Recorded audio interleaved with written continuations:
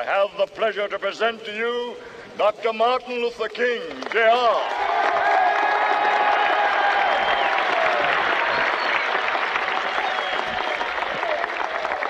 I am happy to join with you today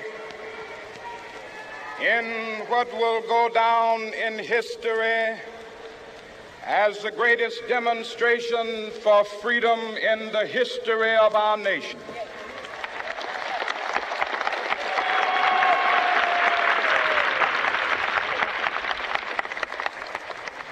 Five score years ago, a great American in whose symbolic shadow we stand today signed the Emancipation Proclamation. This momentous decree came as a great beacon light of hope to millions of Negro slaves who had been seared in the flames of withering injustice. It came as a joyous daybreak to end the long night of their captivity. But 100 years later, the Negro still is not free. 100 years later, the life of the Negro is still sadly crippled by the manacles of segregation and the chains of discrimination. 100 years later, the Negro lives on a lonely island of poverty in the midst of a vast ocean of material prosperity. 100 years later, the Negro is still languished in the corners of American society and finds himself in exile in his own land. And so we've come here today to dramatize a shameful condition. In a sense, we've come to our nation's capital to cash a check. When the architects of our republic wrote the magnificent words of the Constitution and the Declaration of Independence, they were signing a promissory note to which every American was to fall heir. This note was a promise that all men, yes, black men as well as white men, would be guaranteed the unalienable rights of life, liberty, and the pursuit of happiness. It is obvious today that America has defaulted on this promissory note insofar as her citizens of color are concerned. Instead of honoring this sacred obligation, America has given the Negro people a bad check, a check which has come back marked insufficient funds.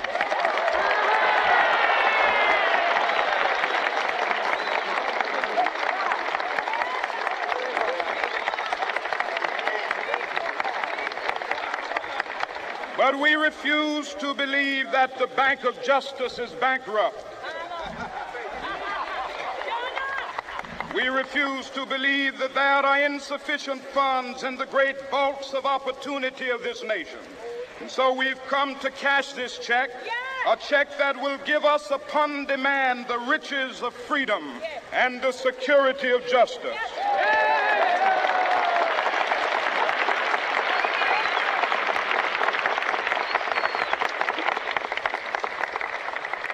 We have also come to this hallowed spot to remind America of the fierce urgency of now.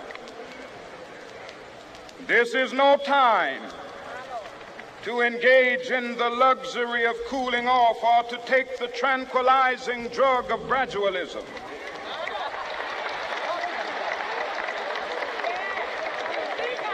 Now is the time to make real the promises of democracy. Now is the time to rise from the dark and desolate valley of segregation to the sunlit path of racial justice. Now is the time to lift our nation from the quicksands of racial injustice to the solid rock of brotherhood. Now is the time to make justice a reality for all of God's children. It would be fatal for the nation to overlook the urgency of the moment. This sweltering summit of the Negro's legitimate discontent will not pass until that is an invigorating autumn of freedom and equality. 1963 is not an end, but a beginning. Those who hope that the Negro needed to blow off steam and will now be content will have a rude awakening if the nation returns to business as usual.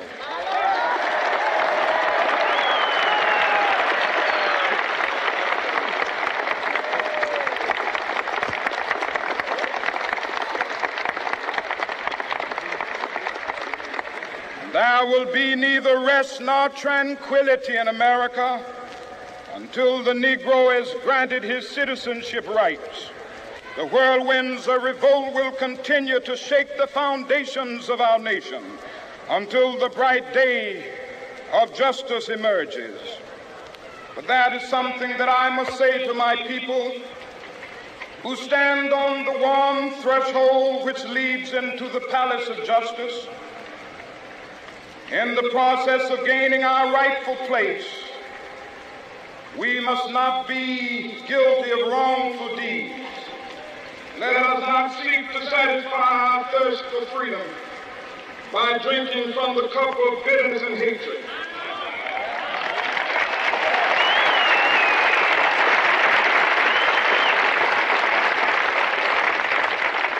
We must forever conduct our struggle on the high plane of dignity and discipline.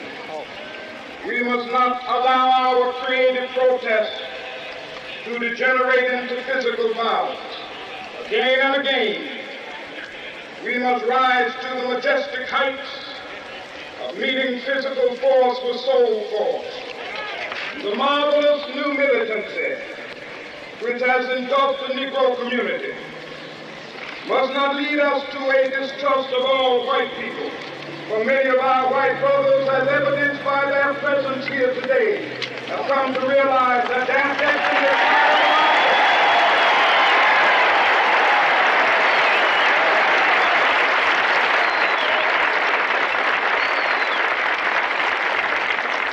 they have come to realize that their freedom is inextricably bound to our freedom.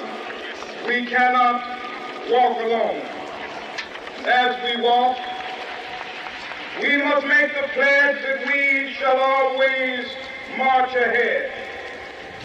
We cannot turn back. There are those who are asking the devotees of civil rights, when will you be satisfied? We can never be satisfied as long as the Negro is the victim of the unspeakable horrors of police brutality. We can never be satisfied as long as our body is heavy with the fatigue of travel, cannot gain lodging in the motels of the highways and the hotels of the city.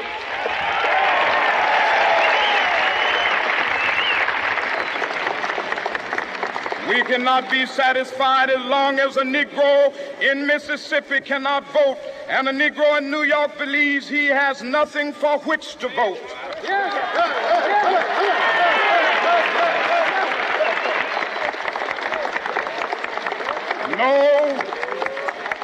No, we are not satisfied, and we will not be satisfied until justice rolls down like waters and righteousness like a mighty stream.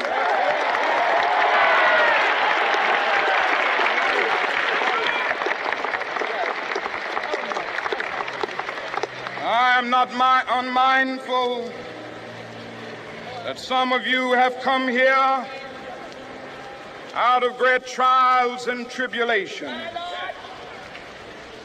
Some of you have come fresh from narrow jail cells. Some of you have come from areas where your quest for freedom left you battered by the storms of persecution and staggered by the winds of police brutality. You have been the veterans of creative suffering. Continue to work with the faith that unearned suffering is redemptive. Go back to Mississippi.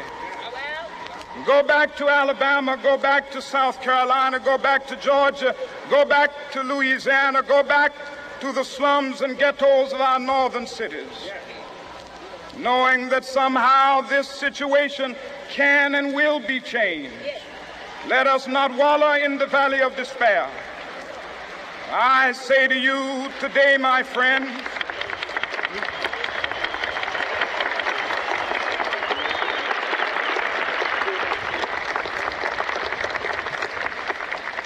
so even though we face the difficulties of today and tomorrow, I still have a dream. It is a dream deeply rooted in the American dream. I have a dream that one day this nation will rise up and live out the true meaning of its creed. We hold these truths to be self-evident, that all men are created equal.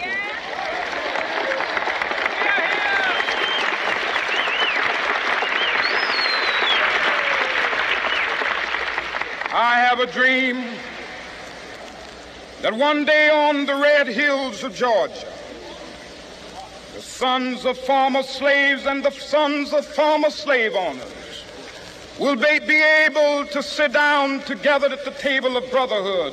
I have a dream that one day even the state of Mississippi, a state sweltering with the heat of injustice, sweltering with the heat of oppression, will be transformed into an oasis of freedom and justice. I have a dream that my 4 little children will one day live in a nation where they will not be judged by the color of their skin, but by the content of their character. I have a dream today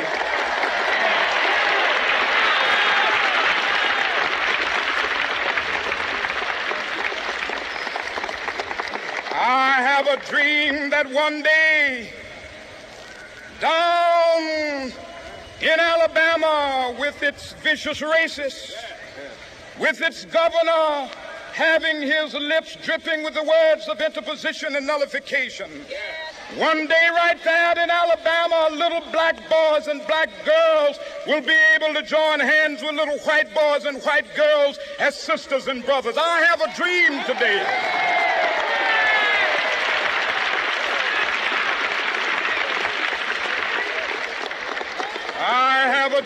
that one day every valley shall be exalted, and every hill and mountain shall be made low. The rough places will be made plain, and the crooked places will be made straight, and the glory of the Lord shall be revealed, and all flesh shall see it together. This is our hope. This is a faith that I go back to the South with. With this faith, we will be able to hew out of the mountain of despair a stone of hope. With this faith, we will be able to transform the jangling discords of our nation into a beautiful symphony of brotherhood. With this faith, we will be able to work together, to pray together, to struggle together, to go to jail together, to stand up for freedom together, knowing that we will be free one day. This will be the day. This will be the day when all of God's children will be able to sing with new meaning, "My country, tears of thee. Sweet land of liberty, of thee I sing. Land where my fathers died, land of the pilgrim's pride.